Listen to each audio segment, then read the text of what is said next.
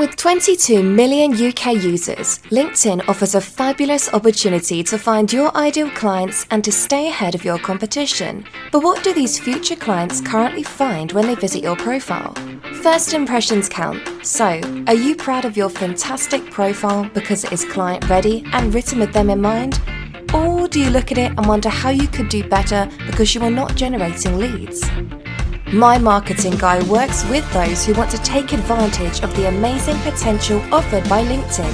So, for more details, please email guy@mymarketingguy.co.uk to arrange an initial consultation. Remember, your next client is on LinkedIn.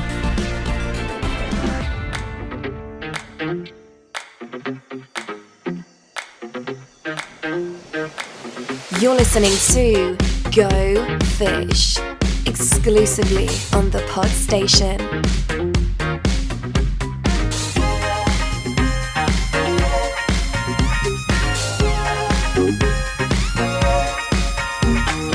Welcome everyone to episode 54 of the Go Fish Business Tips podcast, where each week we take a topic which will probably affect you as a business owner or someone who works, and we don't want to isolate our audience.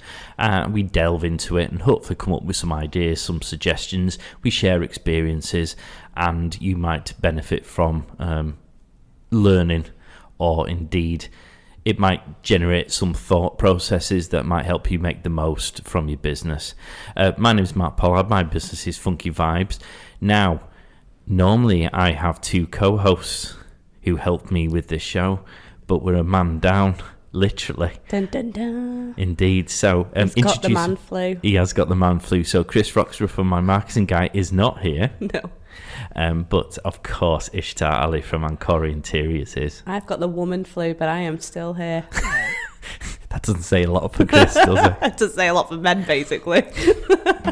So I might be coughing and spluttering during this recording, but it is what it is. For the benefit of the camera, I am sat sufficiently far away from Ishtar so that I am not going to catch said flu. Yeah, No. exactly. I am fine because I am a fine specimen of a human being, and I am completely safe from all dreaded bugs. Excellent. Good to know. Right. I'm good, by the way. How are you? Yeah, how are you? I'm wonderful. Yeah. How are you doing? I'm good. What have you been up to? I've had a week off. What? Yeah, I know. It's been wonderful. I've not had much social media at all. I've just taken a break because we rarely do that as business owners, do we? No, indeed. So... I don't even know what it is you're talking about. It's so early in the concept to me. Yeah, it was quite nice. So I'm feeling really refreshed this week. Ugh, you make me feel sick. You need a break. Clearly. Mm-hmm. As it's just me and you, we decided to go on with the show nevertheless. Yeah. I suppose we should say there's a couple of things to mention before we get going. Mm-hmm. Can we talk about new branding? Well, we'll mention that next. Okay. Because first and foremost, I obviously want to give a big shout out to Vincent de Paul in Birkenhead, mm-hmm. who have very kindly let us use their venue for the purposes of recording this show. We were without a home this week, and through our network of contacts, nice plug, we've very kindly been given this space to record in. So yeah, very grateful. Absolutely, they are a charity. They have a food bank downstairs. Yes. So if you are in the Birkenhead region, or indeed if, I don't know, you're on the Wirral or Merseyside, if you want to drop some food in to help those people who need it most, that would probably be really cool. Yeah. And I guess even if you can't do it to this place, if there is a food bank by you, do it. Do it. Be a good human. So that's the first thing. Mm-hmm. The second thing, which is very exciting, is our branding. We've launched a rebrand. Woohoo. So why have you done this? Because I came in and said I wanted something new and shiny, and you've done it. No, it was good. You've had that branding for a couple of years now, haven't you? Yeah. So the direction that we're taking with the embracing of the business podcast element rather than just the marketing side, and just the fresh feel that we're kind of going for. Yeah. And you've done a fabulous job, Mr. Pollard. Well, thank you very much. But you came in and said, I would love to just give this a new lick of paint. And obviously, because I preach a new lick of paint on a regular basis, I was only too happy to go, yes, let's do it. And it's beautiful. Oh, well, thank you very much. So you can go and check it out. We're on all of the major social media platforms, so Facebook, Instagram, Twitter, and LinkedIn. If you just type in the Go Fish Business Podcast or at Go Fish Podcast, you can find us. You'll see the new branding. We're going to be launching, hopefully, in the next few days, if not certainly by the time this episode goes out, our new website page. So it'd be gofishpodcast.com, where you can find all of the shows. You can find out a bit about us. You can find links to our own business websites, which would be quite cool. Or else you can still find us. We will still be available on the podstation.co.uk. Go to the Go Fish tab, or subscribe to the show on any of the major podcast platforms. In fact, if you are doing that, we'd love some reviews. Please. We like to hear from people. Yeah, it is. I mean, feedback is important because we can't improve what we do and make it more relevant if we don't hear back. And it does help to give the show a better ranking on those platforms, which means more people see it, which means we can hopefully help more people. Which is the whole point of why we give our time every other week. Exactly, because we don't get paid for doing this. No, well, I don't. We do it for the love. I don't know what Chris gets paid. It's probably a big wad of cash, isn't it? That's why he's only here. He's a part-timer. Yeah, no, absolutely. We do it for the love of helping and giving back, and so, yeah, anything that you guys can do to support that would be amazing. Having now done some of the housekeeping, shall we go on to the topic for today? Let's. What is the topic for today? The two introverts are talking about networking. The non-introvert's not here to argue to the contrary. In fact, we can be quite rude to Chris because he's not here, and he probably won't listen to the episode either. No, so he probably will never know what we're about to say. But yeah, it's ironic, isn't it? So if you know Chris, don't tell him. This is our little secret. Yeah. I mean, it's a bit of a shame he's not here because Chris, having been in business for quite a long time, will probably be one of the best people to talk about networking. He's probably got he's definitely got more experience at networking, and he's a better hand at it than you and I are, I imagine, because me and you just shy away in the corner. Whereas I think Chris just goes whole hog. Well, I'm not strictly sure that does apply to me. Okay. I suppose we'll come on to that in a bit. But for the benefit of people who are listening to this, because their assumption will be that when we're talking about networking, we'll be talking about those events. We've all been invited to those events. But I would probably say that the word networking is perhaps overly defined as that and has a much wider definition of what is networking and how you might go about doing it.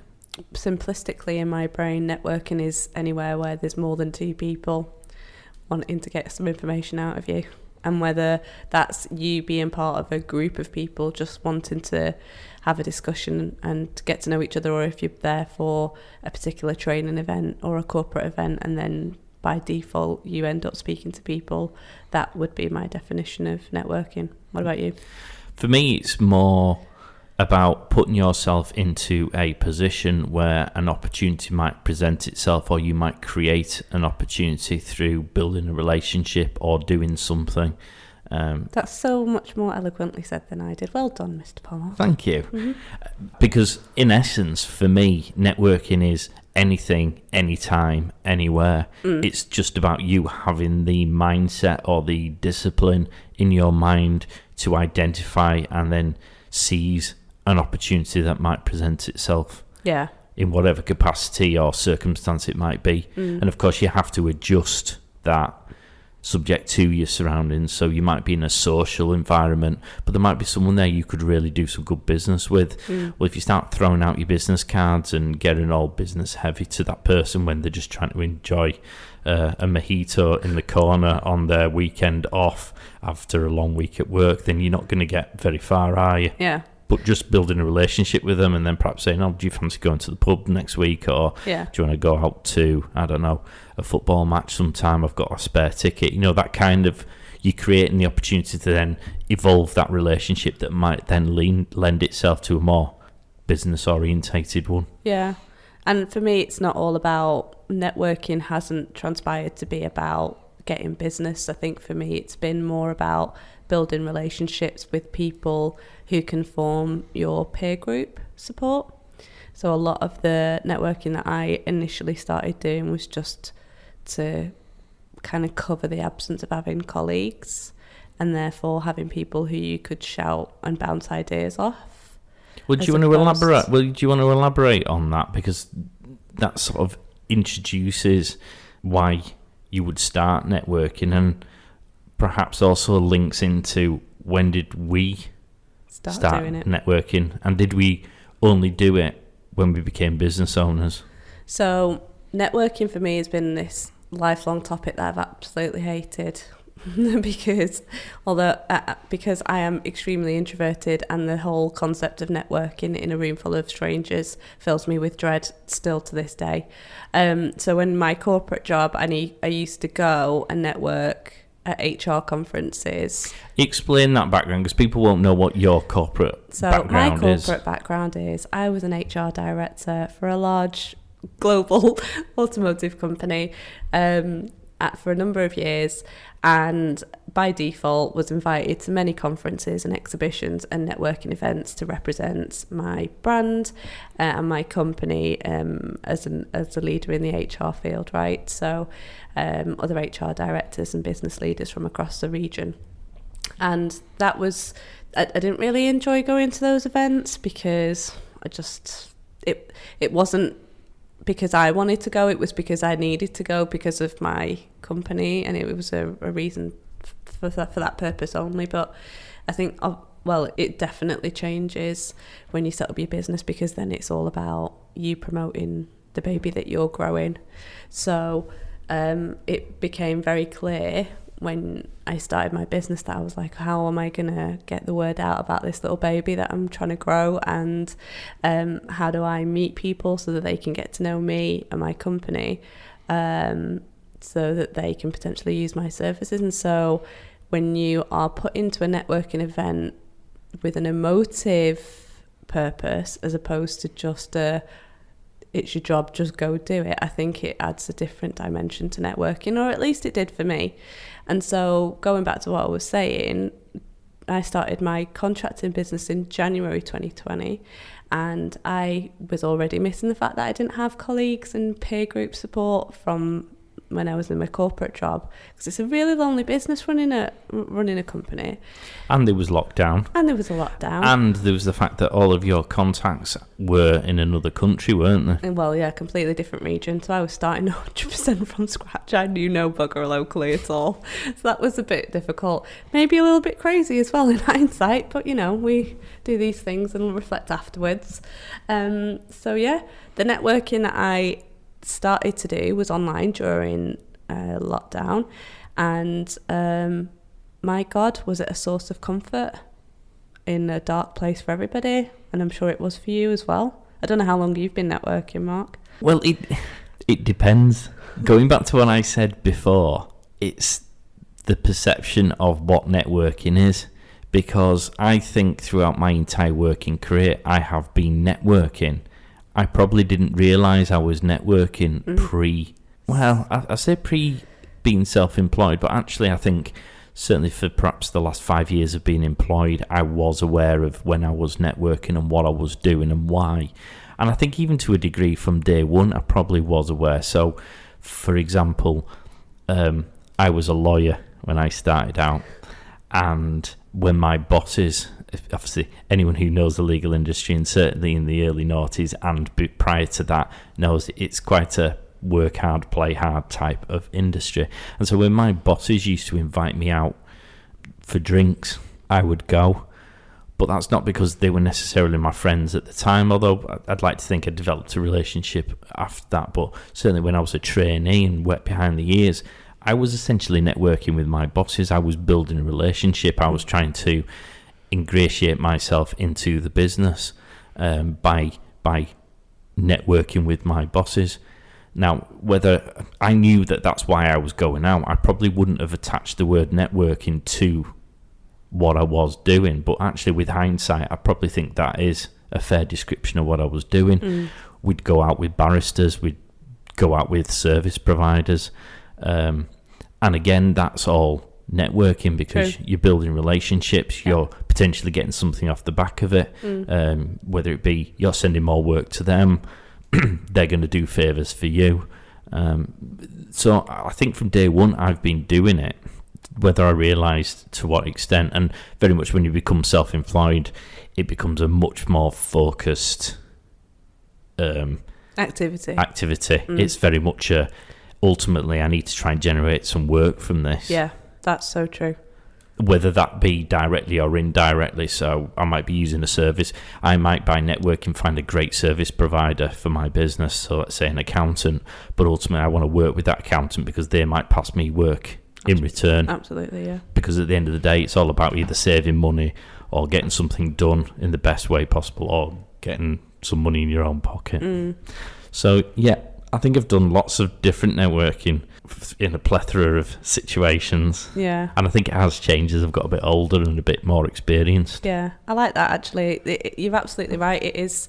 I think people often forget those small, going out with your boss to, dinners with people that actually does technically count as networking. So you're right. I did that plenty of times with my ex-boss, and I would never have considered it as networking because he was always taking the lead and I was just there to represent the company on his behalf. But you're building a relationship with the people that he's meeting. You're building a relationship with your boss. Yeah. And he's now not your boss, is he? No. But you still have a relationship with him. Yeah, for sure. And therefore that networking has created that bond. Yeah, true. And you could probably do business with him or ask him for an introduction, and he would still do it, yeah. And therefore you were networking, weren't you? Oh, that was a clever... I love it. I like the way that you did that. Thank you.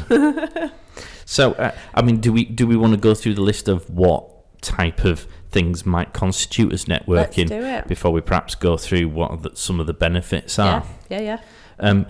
Before we do that, I did have a question for you, because when you were discussing about your previous corporate lifestyle, do you think that you are, or the networking you were doing in the corporate world is better or more effective than the kind of networking you're doing now, or is it different, and if so, how?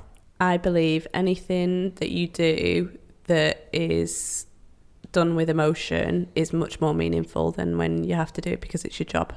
So, which I know I said before, but for me that's really important. So I put 110% into everything that I used to do before. I give 210% now because it's much more meaningful to me and it's much more impactful, and the relationships that I build with people are based on them getting to know me and liking me, and therefore using my services. So it's much more important as well. It's super close to home now. You've got more to lose, I guess. Well, that's the point. It's your reputation at the end of the day. You're not hiding behind a company name, whether you are your brand or not. Essentially, at the beginning, you are your brand. So you're portraying your values and your ethics and the way that you work, and people by people. I know that you've got that in your notes, so I'm just going to throw it in there a little bit earlier. But people have to get to know you and like you, and then use your services. So it is more important, I think. Okay. So when we're trying to discuss what a networking situation might be, what pops into your head? A room full of people, but that's not always the case, as we've just alluded to. It can be any situation. I think the definition that you gave earlier was really beautiful, because it is any situation where you can build a relationship with somebody with the view that either that person, they don't necessarily need to pass your business, but they could be the key to somebody knowing you, or somebody knowing you, like a second or third degree connection that might be like, oh, I know that Mark does this, or I know that Ish does that. So I mean, every relationship when you're a business owner is hugely important. So okay, well, let's start with social. Is a good example that we've just given, a social situation. Yeah. That might be a social situation that's being created by work directly, or it might be a personal social which lends itself still to opportunities, and that can literally be anything, couldn't it? It could be going to a family christening, it could be going to a football match. The people who are sitting next to you have a job. You don't know what that job is. If you have a season ticket and they have a season ticket, you're going to be sitting next to each other 15, 20 times over the course of a year. If you start talking to them and actually it turns out they do something that's really relevant for you, that is in effect networking, isn't it? Yeah. I suppose what would you say then are the do's and the don'ts for a social situation? Don't get too drunk. That's a massive I one. don't drink, so this is never a problem for me. But yeah, I could imagine that could be really messy, and you can mess up a relationship pretty quickly if you were. Yeah, well, I was very careful with that. I would only get drunk or when the circumstances allowed. Yeah. And I was happy to get drunk, but still remain very much in control when I was networking. A, because you don't want to do something stupid. B, because you might need to look after, if they're your customer, if that you're the one who's looking after them. If it's your event, if you've invited them along, you can't go lie in a corner in a hump whilst they have to figure out how they get home, or if they're your guest, you look after them.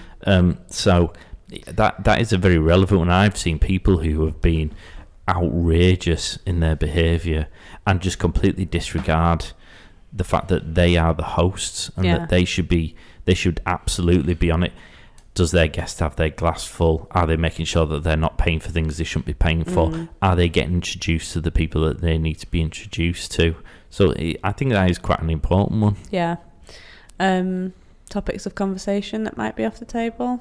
Yes. Politics, for example. Yeah, politics, personal opinions. Yeah. Controversial or... Keep your mouth shut, people. Contentious conversation anything points. that would be contentious, just don't go there. Just remember that, this is not your mate. This is a potential business partner. So particularly personal things. Yeah. So don't be talking about your relationship or the bedroom. Well, it's true, isn't it? You don't want to be. Not really. There's a decorum, isn't there? There absolutely I is certainly decorum. feel, and some might perhaps say that we're being a little bit uptight about it. It's not that. It's if you're going to work with someone, you have to be able to look them in the eye. Yeah. And if you tell them you've got a sex dungeon, that could be the thing that sways them. Yeah. It might be a good thing, but it could be a bad thing. Yeah. So why put yourself in that position where you may or may not get business? Just don't mention it, and then. Well, we've said that building personal relationships with people is important. So for sure, a sex dungeon will definitely do that. But it's share what would be appropriate, because at the end of the day, when you meet a new person, you're trying to find things that you have in common with each other, right? So, if you and I were to meet, what things would we have in common? Okay, well, we both like sports, great. We both like to have a laugh, great. So you just kind of hone on those things until your relationship is strong enough that then you'd be like, yeah, I would totally recommend you for a job, or vice versa. So just share general information that's not going to scare somebody off. Yeah.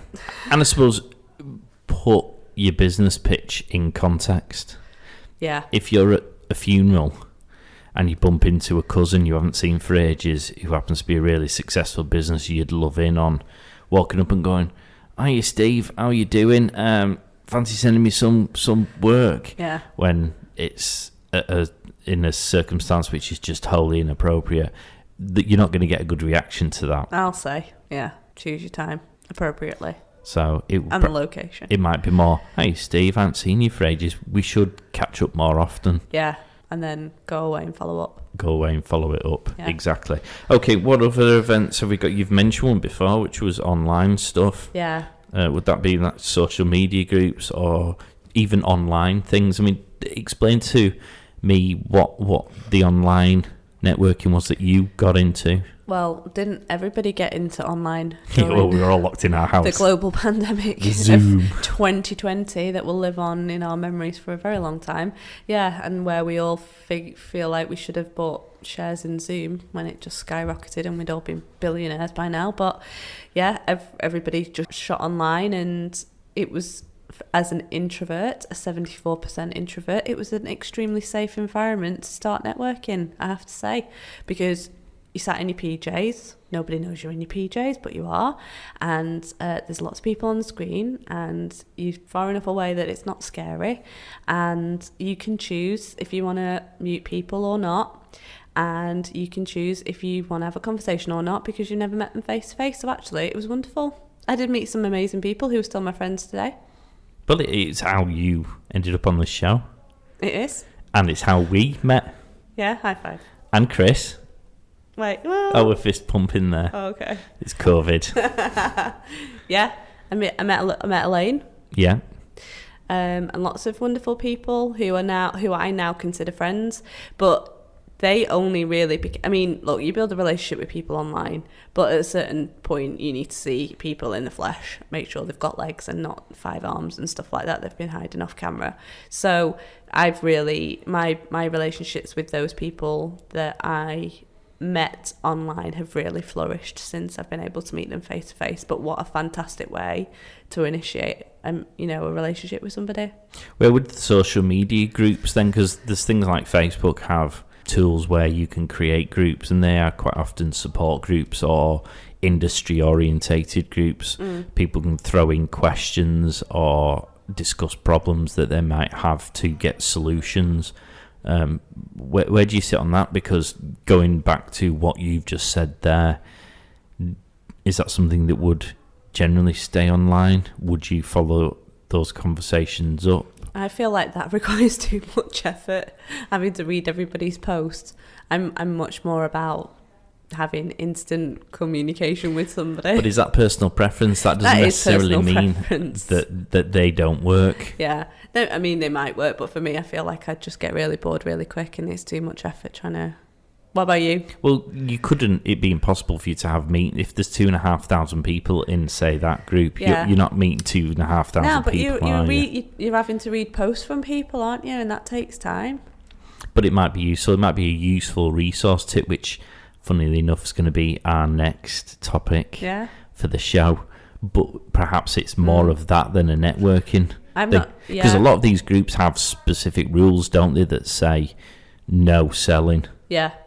So you're not when we say networking, if we're talking in this sense, it's a very indirect form of networking, because you're trying to get people to know your name so that they will contact you outside of the group, so you can actually do some proper networking. Are you part of any of the social media groups? No, because I feel very much the same as you. I suppose this is perhaps where we need Chris because to balance the conversation. I feel very much the same. I can't be bothered reading reams of posts. I don't want to post my worries, my woes, and my concerns into a group of strangers. I feel like that's hanging your dirty laundry out for all to see. So I don't get a benefit, but that's not to say it isn't. People don't. We know people in our network, funnily enough, that have a part of groups and who run groups, and they are massively successful, because for every 2 of us that are out there are 4 people that actually do want to do that. Mm-hmm. So whatever works for you, everyone's got a preference. Some people don't want that instantaneous connection with people or that face-to-face thing even on Zoom or whatever. They want to have that opportunity to put things in words, because they can say it more eloquently than they can in verbal. So whatever medium you choose to use it and use it to your advantage. The interior design of a space can significantly affect your feelings and well-being. Ancora Interiors can help create an environment which reflects the message of your business, or design a living space which is a reflection of you, your lifestyle and taste. Providing both e-design and fully fledged interior design services to suit every budget. Ancora ensure that the look you want becomes a reality, using a range of digital visualization tools to perfect the look of your space before a paintbrush is lifted. Check out AncoraInterior.com for more information, or contact us at hello@EncoriaInteriors.com for a free consultation. What about professional associations? Yeah. Where do you sit on this? I have an opinion on this, by the way. I want to hear your opinion on this before I harp on about this. Well, as a former lawyer, yes, my main professional associations were the Solicitors Regulation Authority and the Law Society. I am not now a lawyer, so I am going to say exactly how I feel, which is they are about as useful as a chocolate teapot in the desert. They rarely provided opportunities to network without it going to be costing me money. They didn't provide any support that was of any use whatsoever, and actually during the time when I had my firm, when I perhaps would have wanted the support that I needed, Certainly, if we're talking in a networking capacity, they absolutely fail to provide. That's how I feel about that. Now, that's not to say that all associations, but I have to say associations generally are massive organisations, and therefore the onus is very much on you to put your work in to try and get something out. And bearing in mind the association is usually made up of competing businesses or competitors. The Law Society is made up of lawyers who work for other law firms, so they're not necessarily going to give me work unless I find a firm who don't do what I do and are looking for someone who does what they, if you can cross-refer work, then that is a good networking opportunity, but you'd have to work hard to find someone to do that. So I have to say I've attached quite a small amount of weight to this, and I'd even go so far as to say things like the Chamber of Commerce. I mean, as far as I'm concerned, the Chamber of Commerce, for all the membership fees I've paid, have done diddly squat for me. I've never had the right interest. In fact, the last time I was a member of the Chamber of Commerce, I sat down with the person before I signed on the dotted line and said, I'll do this as a test, as in I'll trial this for 12 months. But I want you to be, if someone comes in and you think they're of use to me, do me an introduction, because I don't know they exist and I don't know they're a member. So, drop me a line or give my business card or say, oh, listen, I might have somebody who might be worth talking to you. But did you actively participate in the Chamber of Commerce stuff? Well, this boils down to time. I'm one person. I can only go to so many events because I have to fit in other things like doing work. So I have to focus my attention and my time doing events that are going to give me absolute and more guaranteed returns. You get out what you put in, though. Yeah, and turning up to a Chamber of Commerce one, for me, even just turning up to an event is very hard work, because how do you build a relationship with someone over an hour or 2 hour course or over 3 or 4 hours to a social event where there's alcohol involved? It's a lot more difficult. That's true. Whereas I can go into an event which is specifically geared towards building doing proper business relationships and meets on a regular basis, and probably achieve 10 times more than I would do at that event. So if it's a choice between those two, I would always shy away from that first one. So how do you feel about professional associations and the Chamber of Commerce having had me stomp all over it? And who are no longer going to be a sponsor of the show, by the way. Go fish at thepodstation.co.uk. Look, the CIPD with the HR Professional Association I was part of, was probably still part of. I haven't cancelled my membership yet, which I probably should do. They were fabulous, I'm not going to lie. They've just got a lot of really great tools online that we always had access to, and they had opportunities to network and meet other HR professionals when I was working in HR. So they were actually really good. So I had a good experience with the CIPD. But coming into building contracting, we were too small to be part of anything professional, because you need to have been meeting X, Y, Z criteria in order to be a part of it. So that really wasn't relevant. I did actually have a look at the Chamber of Commerce in Manchester, who apparently were trying to encourage more females in construction, so they honed on me. Ooh, there's a box to tick. Yeah, exactly. Diversity box, whatever it is. But I mean, I'm all on it. Like, if it works with me, I'll do it. But in the end, I didn't join simply because COVID kind of came along, and it is quite an investment. It's like 1,200 quid. And what they had said to me was they wanted me to be part of like the regular meetings and do talks, and I was willing to be very active in the Chamber of Commerce to push my agenda and push my business if it was then going to, reflect positively. In the end, I didn't really need it in the first year of business.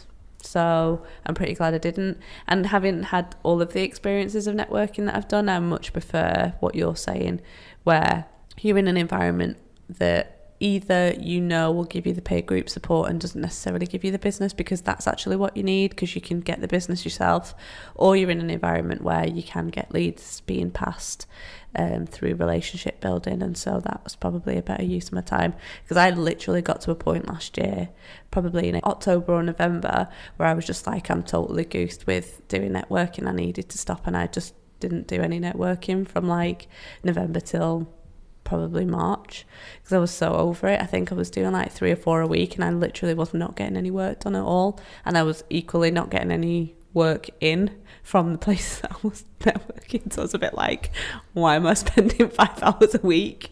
I mean, I've got great friends, but like, is that what's going to help me get business? No, I need to pay the bills. What the hell?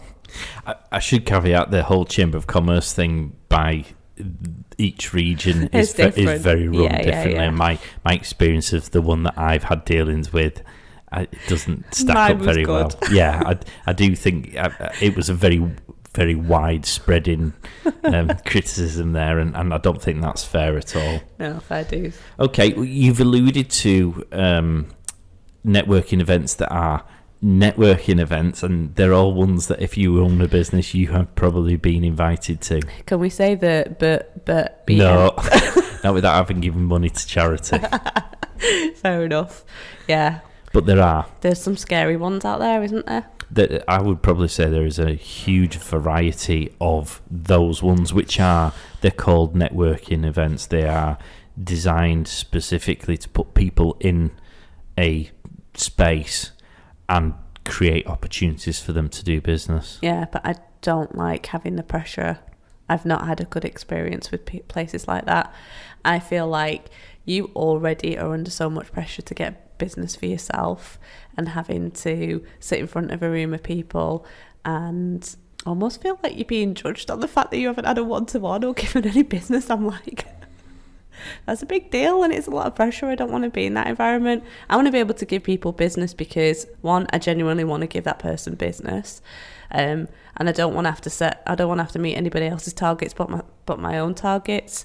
So yeah, I hate that kind of environment. I've been to many meetings like that and always walked away thinking, thank God I'm not part of that every day. Well, there's a lot of variety to that structure. So cards on the table, I own a share of a networking event. Yes, indeed. New Gen Networking. Plug. newgen-networking.com. Go to the website, check it all out. But the variables will be things like, how often do these meetings take place? Is it every week, every 2 weeks, once a month? It might be, what is the format?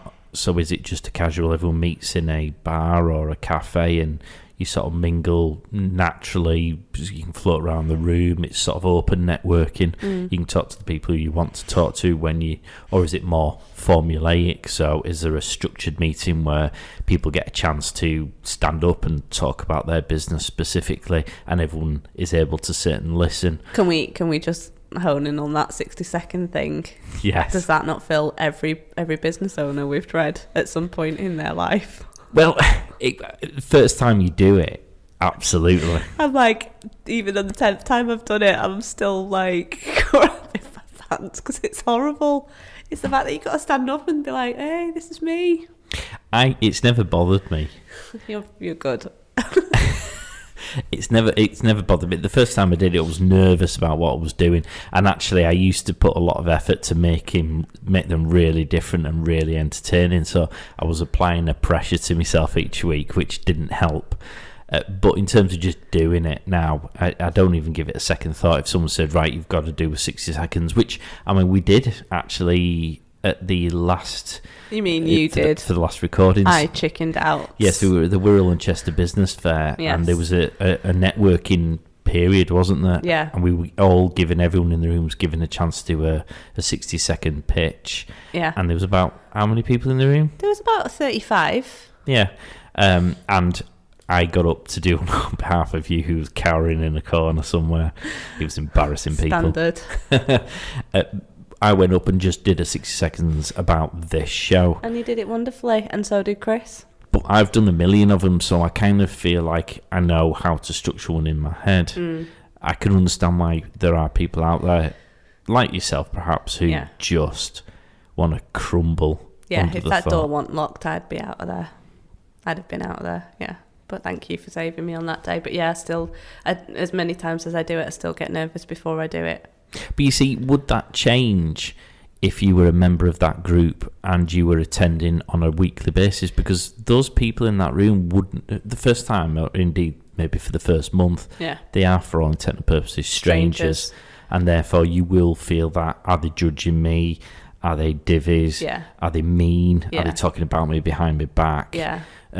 We all think that, even though we're full-grown adults, don't we? Exactly. Well, yeah. I don't care. That's perhaps why there isn't that same level of concern. I couldn't care if that is the case. No, but you are right. I mean, if you're doing it in a room full of people that you've got to know, then absolutely it feels more comfortable. So yeah, I do believe that after a period of time of getting to know a group of people, then it would potentially become less scary. But saying that, I mean, when I was doing the online thing, it did become less scary because you were literally in the same online space every week, and I haven't really got to a point where I've done enough face-to-face networking with the same group to be able to say that for sure, but logically it makes sense. Yeah. What would you say the do's and don'ts are for that sort of an environment? Because that is we're talking now about places where people know they're going to a networking event. They know it's a business environment. This isn't the funeral analogy I gave before. Yeah. If you meet Steve, your cousin, in this room, he's there because he's gone to what he knows to be a networking event. Mm-hmm. You know you're going to a networking event. They know why we're all in that room. Yes. With that in mind, and I would perhaps open up your answers to all the different formats I've provided, whether it be the open, casual type ones or the more formulaic, structured ones. What are the don'ts? What are the things which just instantly turn you off? Arrogant people that constantly talk about themselves and never ask Sorry you about But how many of them have you met though, Mark? Seriously? Like, does that not put you off wanting to do business with that person if all that they can do is talk about themselves and not even ask a single question about yourself? That drives me nuts. It's interesting you should say that, because I actually had someone who I quite liked him. I genuinely did quite, wow. and I actually bought some of his services.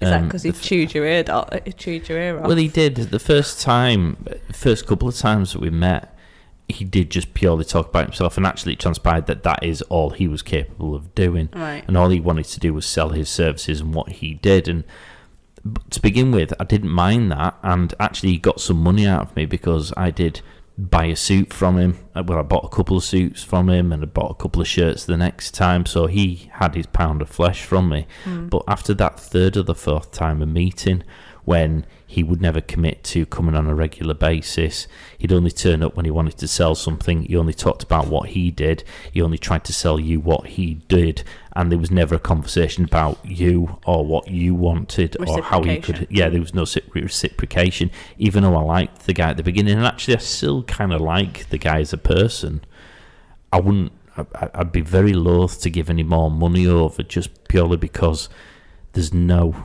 interest on his part. So in going by what you said, he did get a pound of flesh from me to begin with, but he's not going to get as much as he perhaps could have done if he'd have just shown me a little bit of love back. Yeah, it's important.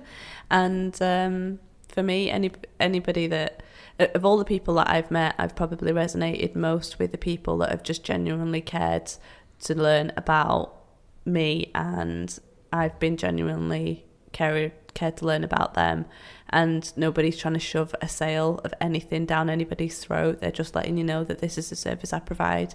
If at any point in the future you know somebody or you need that service, then fine.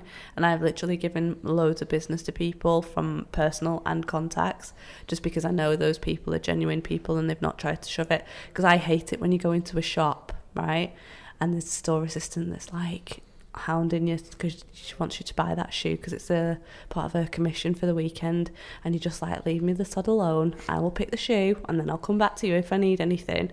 But people do like genuinely just peck at your head, and I don't like people pecking at my head. Tell me what you do, build a relationship, check in with me, because that's also an important part I could meet you today, have a really wonderful impression of you, and then never hear from you for like 3 months, and I'm going to forget about you instantly. Whereas if you've created a great impression in my mind, follow it up with a conversation in a week's time. Don't harass me, because I will block your number, but, you know, maintain some kind of contact. I think that's probably one of the key things that people fail on for me in network. It's, they try and do the sales pitch to you in that first encounter, and they want to almost close the deal in that first encounter or build that relationship. I went to that rather famous networking event that we all don't now go to, or we do, or we have, and they had, it was like a creme de la creme of the region group. So if you were perceived as being in the top 10%, you were invited to like a special group. And I went for the first time because I was more interested in what it was and how it might benefit me. And in there, we went around the room and we all had to do a 60 seconds. And I was a lawyer at this point, and there was a guy who won an award.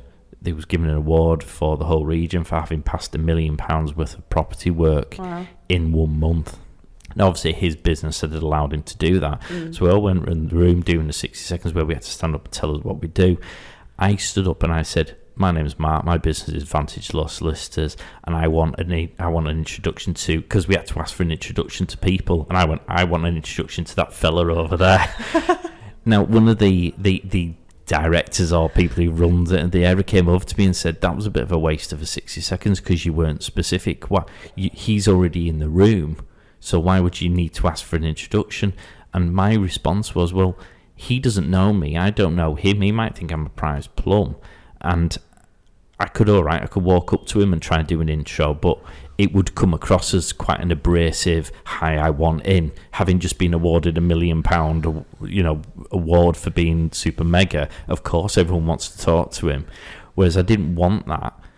So I made light of that fact, and then if he might have then come over to me and gone, "Nice one, funny. Yeah, that was funny." And if he doesn't, it's because he probably doesn't want to talk to me and he doesn't want to do business with me. And I know that there's a presumption there. Yeah, Exactly, and that's kind of why I did it. But those people were too blind to see that for me, building a relationship with someone like that would require time. Well, it's just going to hand £1 million worth of business over in a day, is it? Yeah, exactly. "Oh, I like you. 10 minutes. Here's my number. Come round and I'll pass you all the work I've ever got in the world." Yeah. Well, of course he's not going to do that. No, not at all. So, yeah, definitely that. So build memorable relationships with people and follow that stuff up. Okay, so that's networking events. I mean, we'll come back to some of the do's and the don'ts because we are skirting over. I've got down here exhibitions. Now, I wouldn't necessarily have put them down, but we learnt a lot, didn't we, in our recent exhibition, Business Fair, at the Wirral and Chester Business Fair, which was fabulously run. And if you listen to the last podcast, we were talking to some of the exhibitors and visitors, and the biggest takeaway we got from that discussion was that absolutely everybody was there to network. Yeah, that was the word resounding. That consistently everybody mentioned. Said, yeah, which was fascinating because I didn't actually expect that to be the case. No. I don't know if that's a very illogical thought, but yeah, I didn't expect everybody to say that. I perhaps expected it more from visitors who were going to be mooching and trying to get into people who were exhibiting, who might be of use. But the stand holders were very much, that's why we're here. Yeah, I presume that they would be there just more to do direct sell, but they weren't. They were there for the long haul, which was very nice to see. It's a great opportunity because these things are free resources, which we will come on to, whether or not paying for networking is a good thing or not. But any opportunity that you get to go to a free event, totally do it. Yeah. The brain processes nearly 10,000 visual and oral cues per minute. As first impressions stick, make the customer see your business in the right way. Funky Vibes can ensure your vibes attract the right tribe with their marketing expertise, graphic design, bespoke websites, and social media packages. For more information or a no-commitment initial consultation, simply email your tribe at funkyvibe.co.uk. Well, talking about paying, hospitality was the other one I had on my list. Go on, explain further. Corporate hospitality. Yeah. It exists. I know. And whenever I was taken on corporate hospitality, Yeah. I think people sometimes underestimate how nice it is to receive a reward. If I'm spending a fortune with your business and you say, "Oh, do you want me to get you tickets for that game?" or "Do you fancy this race track day?" or Yeah, I went to F1. yeah.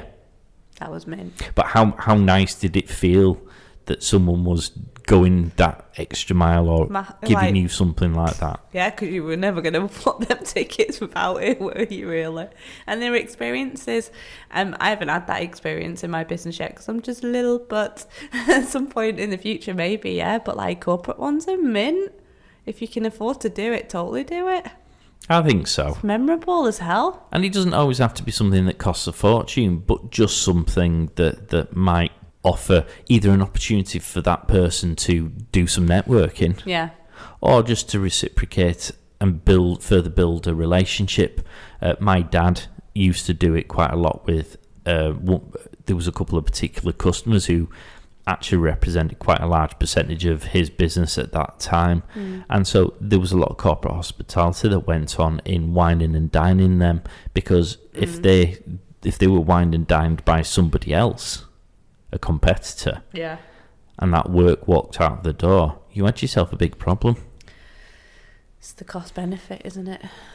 And that boils down to sort of your return on interest, which we will come to, because that is a really important factor, Yes, isn't it? Indeed.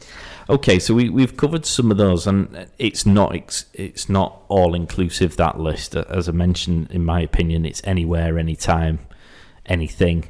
I think that's a pretty good summary, to be honest. That anywhere, anytime, you need to have your game face on, as much as possible, because an opportunity could come your way when you least expect it. Let's go through what are the benefits or perceived benefits of networking. Why would you bother your ass to even put yourself in that position if you're racking up the 74% introvert score? And if you're wondering what we're talking about here, we did do an introvert-extrovert show a couple of episodes ago. Check out 16personalities.com. That's a 16, not the number 16. And what a great free tool to figure out your personality. Yeah. Just in general, to get on that. And it's not a paid partnership or sponsorship. Just do it. It's really good. But yeah. But so if you do that and it turns out that you are more Ishtar introvert or than me. worse, Yeah, exactly. why would you bother putting yourself in that position? Look. So reel off some of the benefits you perceive from networking, because you're the one who doesn't want to do them. You make friends, which is really important when you're running a business. You're building relationships with people. You are getting your brand out there. It's obviously on a very slow basis because you're doing it on a one-to-one, but most of the time when you're starting out, you do need to build those relationships to spread the word. It's nice to talk to other humans, because we can become very insular when we run a business and just be focused on what's going on inside. So getting other people's perspectives, helping other people, because, pay it forward, do good to others and it will come back to you. Massive believer in that. Why else would you do it? Well, shall I give you one? Go on. Service providers. Yeah, totes. When I gave up being employed and became self-employed, I am probably slightly embarrassed by how much money I'd spent on things, like, for example, a website. And I've mentioned this before on the show, but for what I spent on my first business website, as against what I would charge people now for the same thing that I received, I didn't get value for money at all. And that, I would in part perhaps say that was my naivety, but I would very much put it on the toes of the person who created that website, because I now build people's websites, and the advice that I would give someone who came to me with my level of experience, I would absolutely advise them in a way which meant that they would not be spending that kind of money for what was essentially a brochure website. And networking has very much changed that, because I got introduced to my first accountant was woeful. It cost me a fortune to repair the incompetent job that they did. The website was far too expensive for what it was, and it didn't suit what I needed, so I couldn't update it because it was a bespoke built website. I had to pay £50 every time I wanted someone to do an amendment, or to post a blog. And bearing in mind, we're a brand new startup business. These things, penny just, counts, every penny counts, exactly. Yeah. I started doing networking events, and I've now got a good friend of mine, a dear friend of mine indeed, who does all the printing stuff for me. Well, my first letterheads were printed by a company that wasn't him before I knew him, and all the bleed came off the back of and ruined the printer, so I had to pay money to someone coming to fix the printer, and then I still had a load of letterheads that were of no use because they couldn't run through. He fixed that problem, but I met him through a networking event. We are still doing stuff now, over 10 years further on. My accountant I've met through networking, and so I now have the comfort that when I can vet these people whose services I might need before I decide. Yeah. And if I can't quite gauge whether you're the person for me, there's the whole rest of the room who I can turn to and say, have you used them before? And they'll go, yeah, stay away from them, they're useless, or yeah, they're brilliant. That's true, because they are held to account a little bit more when they're coming from a networking group.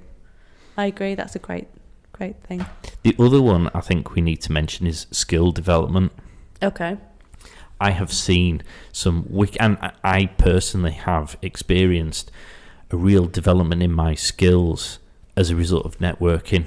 So interacting with people, if that's not your natural bag, I have to say probably that's not something I ever had as much problem doing. Yeah. But standing up in front of a room, that's something that people will learn to do. And actually, once you get your head around standing in front of a small room of people doing a 60 seconds, what's to stop you standing up in front of a bigger room doing a full-on presentation or being a speaker in an event,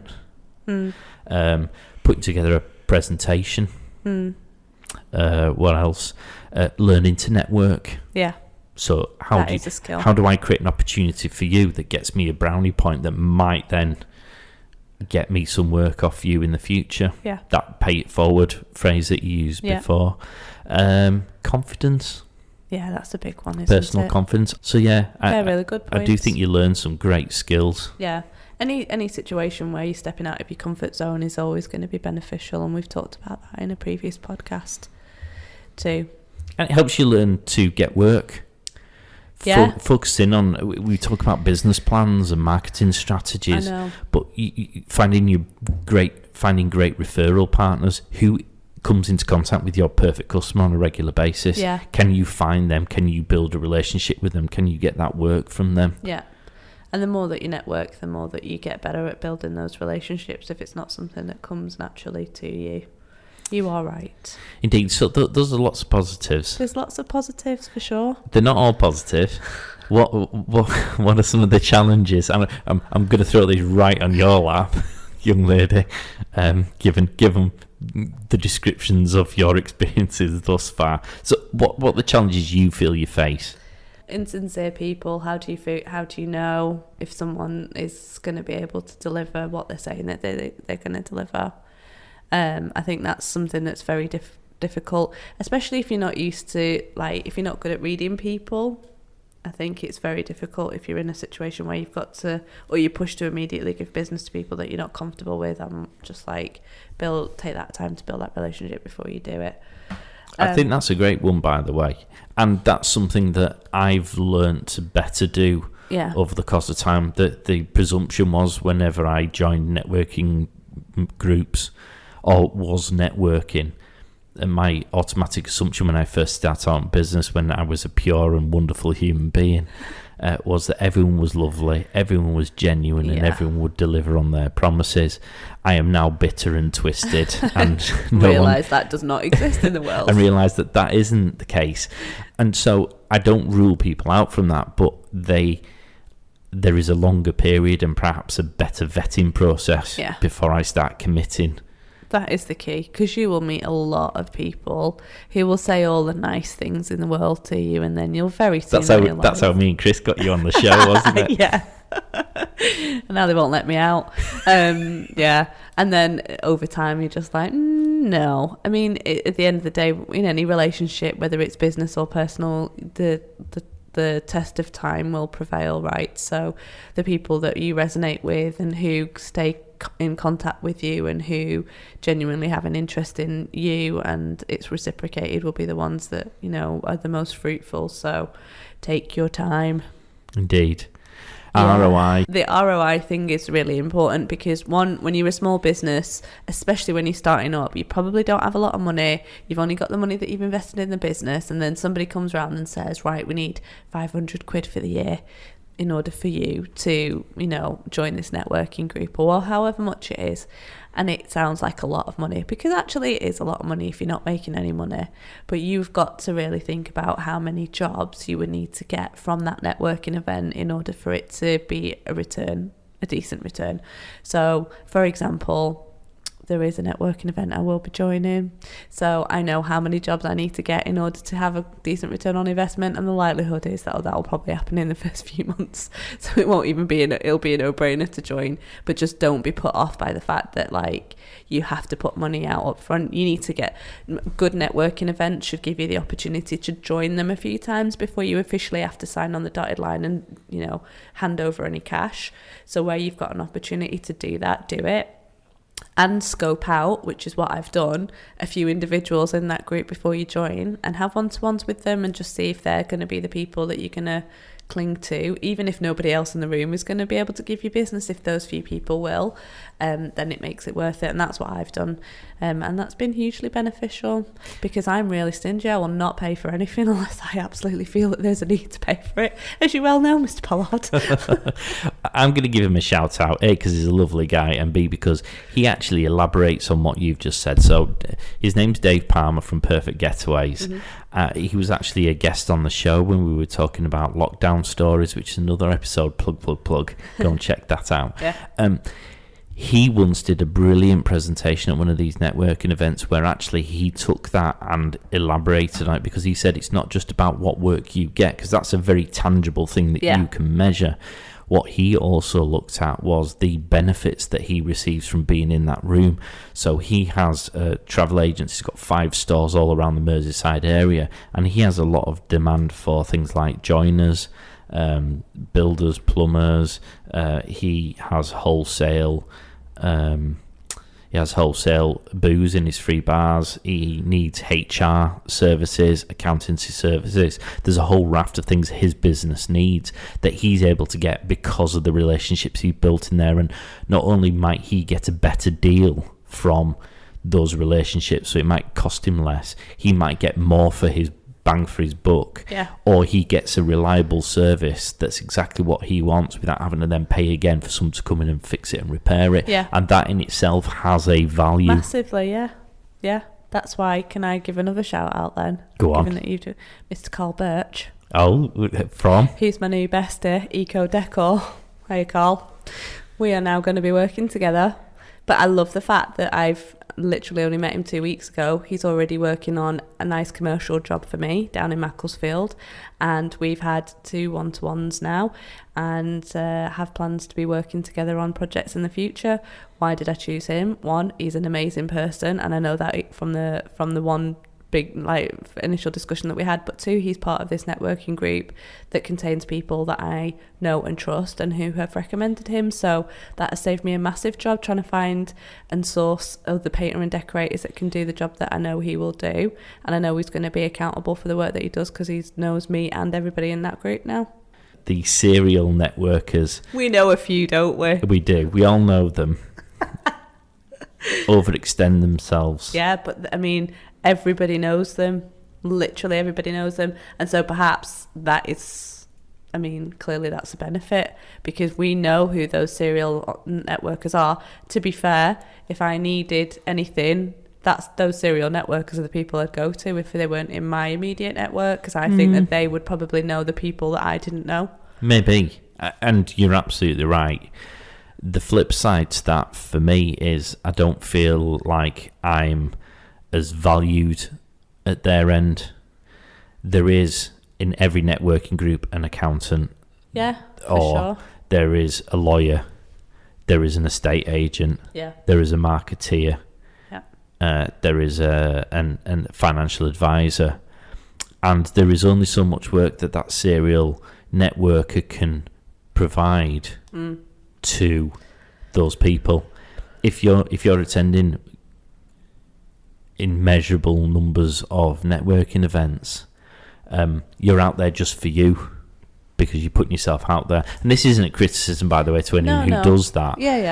But for me personally, if I want to build a relationship with an accountant, I want to build a relationship in a way that will allow me to give them work and make introductions to those people. If I know 15 accountants, I can only really service 1 or 2 at an absolute maximum, at which point I'm taking stuff from them but not reciprocating. And actually, going back to my soup person analogy, that work will quickly dry up, at which point I've spent a load of time and a load of energy building a relationship that's now neither use nor ornament. Yeah. I mean, on the flip side of that as well, it's knowing when too much networking is too much networking for you. Being part of more than 1 or 2 is probably not a great idea from personal experience, because it's about making those genuine relationships with people. And if you've got a room of 20 people times 2, that's 40 people that you've got to build relationships with. And like you rightly said, you're going to probably have duplicates of those professions in each of the groups. That, and it takes a shed load of time away from you actually doing your work, as we've already alluded to. So know the value of your time, find one that is really good and build on those relationships, because inevitably that one person knows 20 other people who could then be part of your network. So it's not about how many networking groups that you do, it's about building meaningful relationships with the 20 people that are in your room, or 10 people that are in your room, who will then open you up to everybody else, I guess.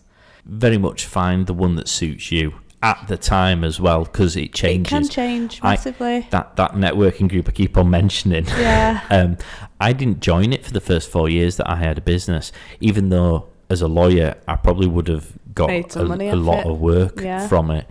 I didn't feel like I could dedicate that amount of time each week, because we were essentially a new business and a set-up business. When I joined it for the first time, I had staff who could do stuff while I was out networking, so I felt my business was still productive whilst I wasn't there, whereas it wasn't the case before I had staff and I first set out. It would have been just me dedicating my time purely to that. I didn't feel I had a network of contacts that allowed me to contribute appropriately, and so I was very conscious of, would I be receiving lots but not being able to give stuff back? Yeah. And going back to what I said, I mean, and what you've just mentioned as well, like, I think the purpose and the type of group that you're a part of changes as your business changes and the challenges change.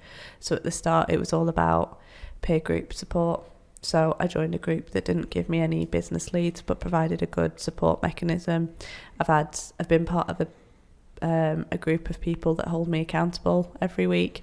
That's been massively beneficial. Do I need that anymore? Probably not as much as I needed it a couple of months ago. So I'm now transitioning into a new thing where I do want to have business relationships and business leads, and so now my needs for networking have changed.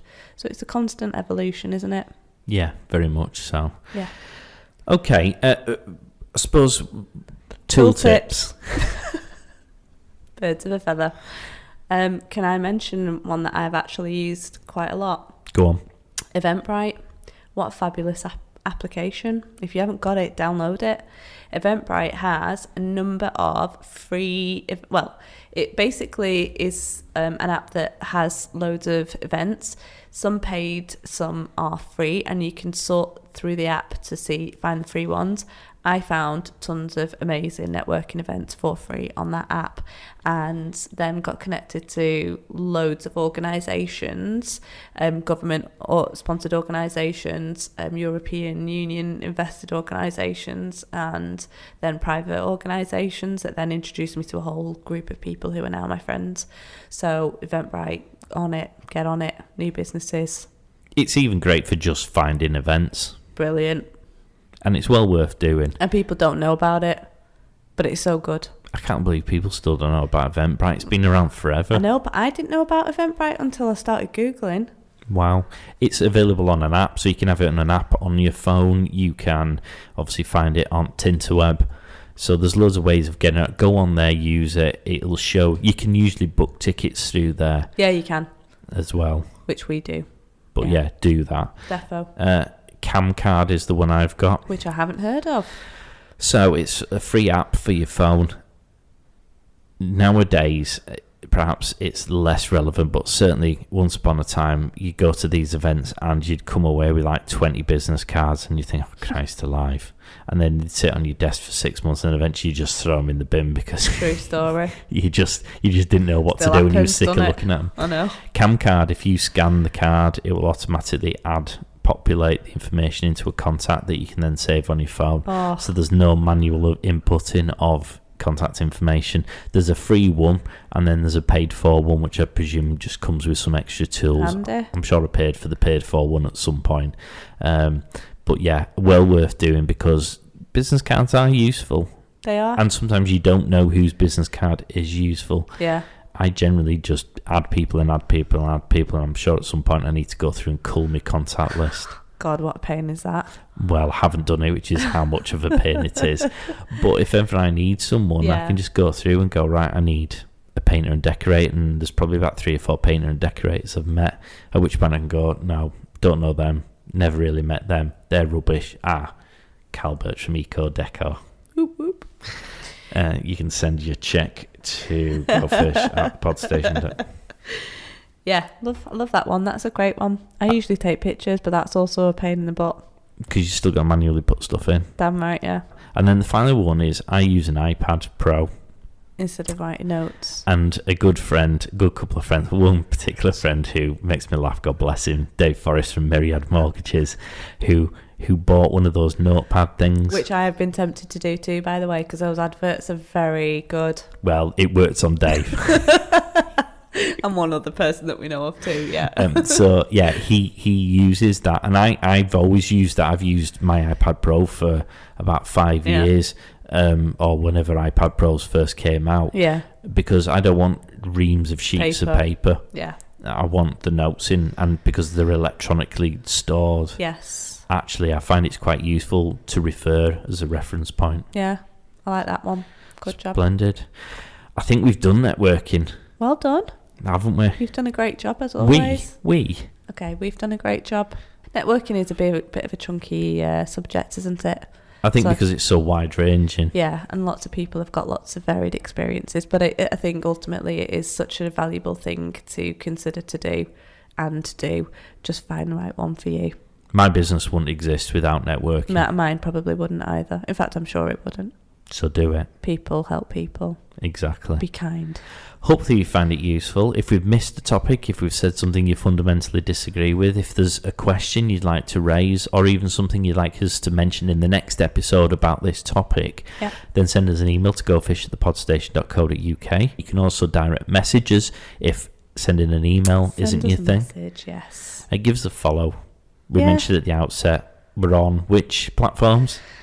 Facebook, LinkedIn, Instagram, Twitter, YouTube.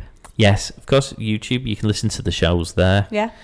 We don't do a video yet, but we might start doing that. I'm all for it, I have to say. Now we're losing our COVID weight and looking more sexy, defo. So go and check out the shows on YouTube or on all of the major platforms. We're on Apple, Google, Deezer, Stitcher, Spotify. If they exist, then we're probably on there. Yeah. Just type in the Go Fish Business Tips Podcast, or at Go Fish Podcast on the social media. Yeah. Give us a review. Please. Very much so. Thank you very much, Ish. Thank you, Mark. I think we've done a splendid job there. High five. I think it's official. We now don't need Chris.